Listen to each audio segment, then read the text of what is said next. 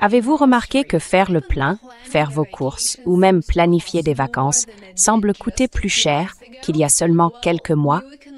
Eh bien, de nouvelles données économiques aident à comprendre pourquoi. Le dernier rapport sur l'inflation montre que les prix à la consommation aux États-Unis ont augmenté de 4,2% en mai par rapport à l'année précédente. Ça ne paraît peut-être pas énorme au premier abord, mais c'est en réalité le taux d'inflation le plus élevé que le pays ait connu depuis 3 ans. Ce rapport marque le 3e mois consécutif de hausse de l'inflation et il suggère que la lutte contre la hausse des prix est loin d'être terminée. Alors, qu'est-ce qui fait grimper l'inflation exactement?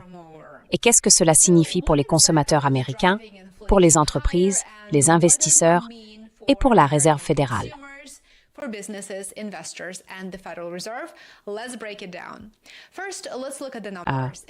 Voyons ça en détail. D'abord, regardons les chiffres.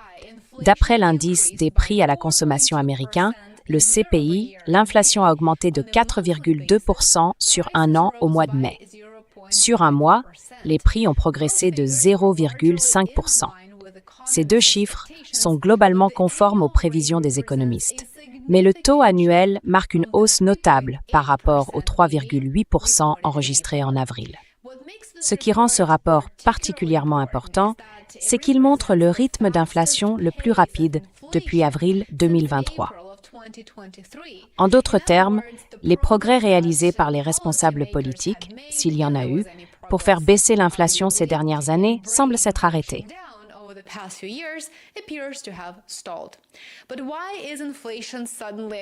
Mais pourquoi l'inflation repart-elle soudainement à la hausse? Eh bien, le principal facteur, ce sont les prix de l'énergie. Ils ont fortement augmenté au mois de mai et représentent plus de 60% de la hausse mensuelle de l'indice des prix à la consommation.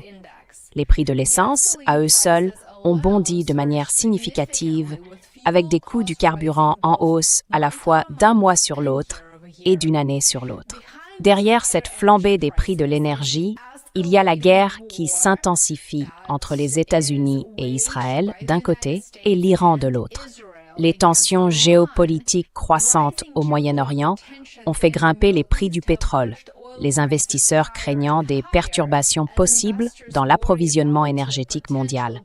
Et chaque fois que le prix du pétrole augmente, ces effets se répercutent sur l'ensemble de l'économie.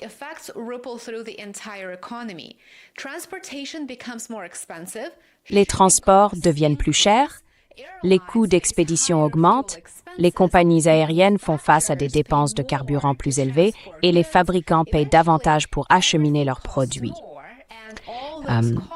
Au final, tout coûte plus cher et tous ces surcoûts sont répercutés sur les consommateurs américains en ce moment même. Et c'est exactement ce qui est en train de se produire aujourd'hui. Mais il y a un détail important qu'on oublie souvent. Quand les économistes analysent l'inflation, ils regardent aussi de très près ce qu'on appelle l'inflation sous-jacente. L'inflation sous-jacente exclut les prix de l'alimentation et de l'énergie parce que ces catégories sont particulièrement volatiles. Et ce sont justement les besoins les plus essentiels, ceux qu'on achète et qu'on consomme tous les jours.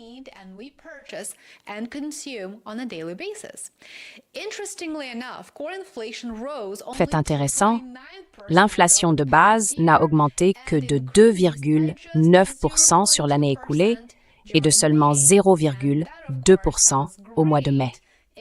Et bien sûr, ça sonne très bien dans les communiqués de la Maison-Blanche. Même si c'est encore au-dessus du taux de 2% fixé par la Réserve fédérale, cela laisse penser que les pressions inflationnistes ne se propagent pas de manière uniforme dans l'économie. En d'autres termes, ce sont surtout les prix de l'énergie qui tirent la hausse. Cette nuance est importante car elle aide les décideurs à savoir si l'inflation s'enracine vraiment dans l'économie ou si elle est surtout provoquée par ce qu'on veut vous faire croire être un choc externe temporaire. Mais pour les ménages américains, cette différence ne change pas grand-chose dans la vie de tous les jours.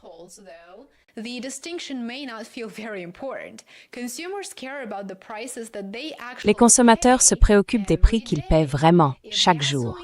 Si l'essence coûte plus cher, Eh bien, les familles ont moins d'argent pour le reste de leurs dépenses. Si les coûts de transport augmentent, les entreprises vont relever leurs prix, que ce soit pour les courses ou pour les produits du quotidien. Le rapport sur l'inflation montre aussi un autre signe inquiétant. Pour le deuxième mois consécutif, l'inflation progresse plus vite que les salaires. Et on peut dire c'est la pire nouvelle du jour. Les revenus moyens n'augmentent pas assez vite pour suivre la hausse des prix. Qu'est-ce que ça veut dire? Eh bien, ça veut dire que beaucoup d'Américains perdent, en réalité, du pouvoir d'achat, jour après jour.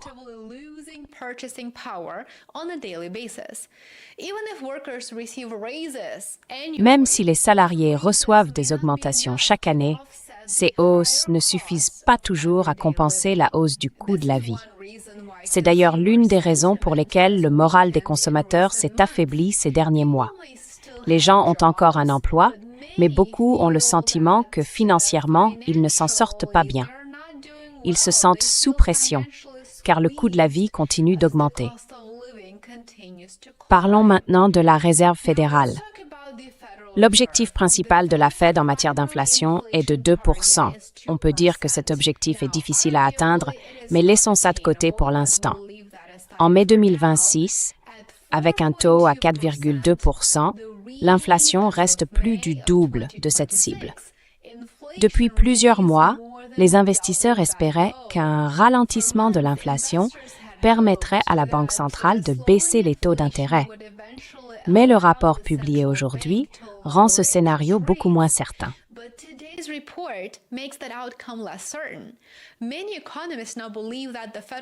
De nombreux économistes pensent désormais que la Réserve fédérale va maintenir les taux d'intérêt élevés plus longtemps que prévu. Merci Trump. Certains analystes évoquent même la possibilité de nouvelles hausses de taux si l'inflation reste obstinément élevée. Des taux plus élevés permettent de freiner l'inflation en ralentissant l'activité économique, mais ils rendent aussi l'emprunt plus coûteux, aussi bien pour les ménages que pour les entreprises. Les taux des prêts immobiliers, des crédits automobiles, des cartes de crédit ou encore du financement des entreprises peuvent tous augmenter quand les taux d'intérêt restent élevés ou continuent de grimper. C'est donc un exercice d'équilibre très délicat pour les responsables politiques. Si les taux baissent trop tôt, l'inflation pourrait repartir à la hausse, mais s'ils restent trop élevés trop longtemps, la croissance économique risque de fortement ralentir. En ce moment, les marchés financiers essaient à s'adapter à cette incertitude.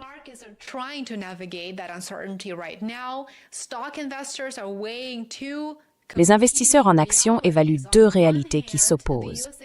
D'un côté, l'économie américaine montre encore une certaine résistance, surtout si on regarde le marché de l'emploi. Mais de l'autre, la hausse de l'inflation et les tensions géopolitiques créent des risques importants. Il y a aussi la bulle de l'intelligence artificielle. J'ai d'ailleurs enregistré et mis en ligne une vidéo complète sur l'éclatement de cette bulle et sur les 1300 milliards de dollars partis en fumée en une seule journée. Donc n'hésitez pas à aller la voir si vous voulez mieux comprendre ce qui se passe vraiment sur les marchés financiers en ce moment. Les marchés obligataires, les marchés des devises et ceux des matières premières suivent de très près les nouvelles données économiques et les événements au Moyen-Orient. L'évolution des prix du pétrole pourrait bien devenir l'un des facteurs les plus déterminants pour savoir où va l'inflation dans les prochains mois.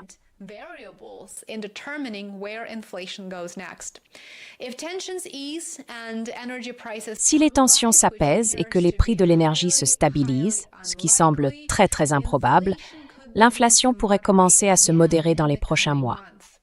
Mais si l'instabilité géopolitique se poursuit ou si elle s'aggrave, les prix de l'énergie resteront élevés et continueront de maintenir la pression à la hausse sur l'inflation. Alors, que faut-il surveiller dans les semaines à venir? D'abord, gardez un œil sur les prix du pétrole. C'est actuellement l'un des principaux moteurs de l'inflation. Ensuite, je dirais qu'il faut suivre les prochains rapports sur l'inflation pour voir si l'inflation sous-jacente reste relativement contenue, ce qui est peu probable, ou si elle commence à repartir à la hausse. Et bien sûr, je vous tiendrai au courant ici sur YouTube ainsi que sur mon Substack et mon Patreon. Enfin, le troisième conseil que je peux vous donner, c'est